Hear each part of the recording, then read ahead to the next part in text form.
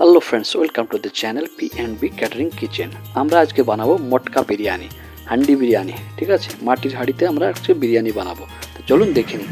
তো প্রথমে আমরা চিকেনটাকে আমরা ম্যারিনেট করে নেব। প্রথমে হলুদ গুঁড়ো দেবো। ঠিক আছে, হলুদ গুঁড়োর পরে দেবো লঙ্কার গুঁড়ো, তারপরে দিয়ে দেবো গরম মশলা পাউডার, তারপরে কিউমিন পাউডার, জিরের গুঁড়ো, এরপরে দিয়ে দেবো বিরিয়ানি মশলা, তারপরে কিছু চিকেন মশলা দিয়ে, ঠিক আছে, এরপরে আমরা এটাকে কিছুটা জিঞ্জার গার্লিক পেস্ট দিয়ে লেমন দেব, লেমন জুস হালকা করে 1 চামচ মতো, আর দই দিয়ে আমরা এটাকে ম্যারিনেট করে 10 মিনিটের জন্য আমরা এটাকে রেখে দেবো। ঠিক আছে, ফ্রিজে রাখতে পারেন, এমনি জায়গায়ও রাখতে পারেন, আধা ঘন্টার মতো আমরা ওটাকে রেখে দিয়ে আমরা এবার হাঁড়িটাকে গরম করে আমরা তেল দিয়ে দেবো 2 স্পুন মতো। তারপরে আমরা দিয়ে দিচ্ছি কিছু গোটা গরম মশলা দেওয়ার পরে গোটা জিরে দিয়ে আমরা তারপরে দিয়ে দেবো কাটা পেঁয়াজ দিয়ে আমরা এটাকে, তারপরে দিয়ে দেবো কিছু লবণ, 1 চামচ মতো লবণ দিয়ে জিঞ্জার গার্লিক পেস্ট দিয়ে আমরা এটাকে ভালো করে নাড়িয়ে চাড়িয়ে একটু গরম করে নেব। ঠিক আছে, আমাদের এখানে মাটির হাঁড়িতে একটু গরম হতে লেট হচ্ছে। তারপরে আমরা সেই ম্যারিনেট করা চিকেনগুলো দিয়ে দেবো। ঠিক আছে, চিকেনগুলো দিয়ে এবার আমরা চিকেনটাকে কষাবো। আমরা কিন্তু এতে একটু জল অ্যাড করব না, শুধু এইভাবেই খালি যে চিকেনের যে জলটা বেরোবে সেটাই আমাদের পেকে যাবে। এরপরে আমরা হালকা কিছু গুঁড়ো মশলা অ্যাড করব, হলুদ গুঁড়ো, লঙ্কার গুঁড়ো, চিকেন মশলা, কিউমিন পাউডার, গরম মশলা, বিরিয়ানি মশলা আমরা সব কিছু দিয়ে 1 চামচ করে, হালকা 1 চামচ না, অল্প অল্প করে একটু একটু করে দিয়ে, কেউকি আমাদের অল্প চিকেন, ঠিক আছে, আমাদের হাঁড়িটাও ছোটো, তার জন্য বেশি পরিমাণ মশলা ইউজ করা যাবে না।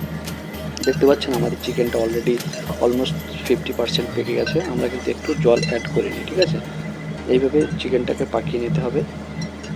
পাকিয়ে নেওয়ার পরে যখন জলটা বেরিয়ে যাবে তখন হালকা করে নাড়িয়ে চাড়িয়ে আমরা এইভাবে চিকেনটাকে পাকিয়ে নেব। এর মধ্যে আমরা রাইসটাকে বানিয়ে নিই। ঠিক আছে, হাঁড়ি গরম করে আমরা এতে দিয়ে দিচ্ছি কিছু গরম মশলা আর বাটার। ঠিক আছে, বাটারটা আপনারা থাকলে দিতেও পারেন, নাও পারেন, তার জন্য একটু তেল বেশি করে দেবেন। এরপরে আমরা অ্যাড করে দেবো গরম জল পরিমাণ মতো দিয়ে, হালকা কিছু লবণ দিয়ে, যাতে রাইসে একটু লবণ থাকলে টেস্টখানা ভালো আসে। ঠিক আছে, এরপরে আমাদের চিকেনটা লেগে যাচ্ছে কিনা দেখে আমরা তার জন্য একটু নাড়িয়ে চাড়িয়ে চিকেনটাকে দিচ্ছি। আমাদের রাইস জলে বয়েল আসলে রাইসটা দিয়ে দিতে হবে। ঠিক আছে, রাইসটা আমরা ভিজিয়ে রেখেছিলাম আরও 1 ঘন্টা আগে। এরপরে আমাদের দেখতে পাচ্ছেন রাইসটা 70% পেকে গেছে।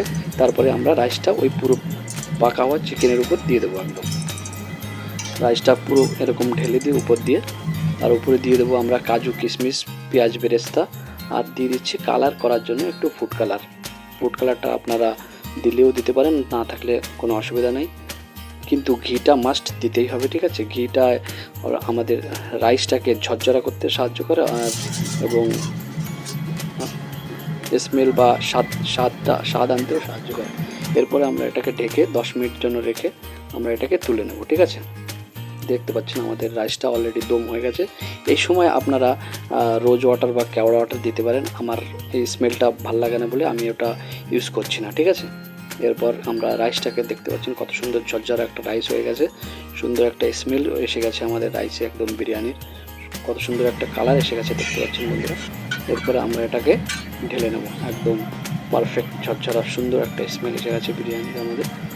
ঠিক আছে, আপনারা এইভাবে দেখতে পাচ্ছেন রাইসটাও পুরো একদম ঝরঝরা, আমাদের চিকেনটাও পারফেক্ট পেকে গেছে, একদম ইয়ামি টাইপের চিকেন, জুসি। আমরা কিন্তু এতে একটু জল অ্যাড করিনি বন্ধুরা। দেখতে পাচ্ছেন কত সুন্দর একটা ঝরঝরা রাইস হয়ে গেছে, কালারফুল। এর উপরে আমরা কিছু পেঁয়াজ বেরেস্তা, কাজু, কিশমিশ ফ্রাই, তার উপরে হালকা করে কিছু ধনিয়া পাতা আমরা দিয়ে দেবো স্মেলের জন্য বা গার্নিশের জন্য। দেখতে পাচ্ছেন বন্ধুরা কত সুন্দর লাগছে। থ্যাঙ্কস ফর ওয়াচিং বন্ধুরা।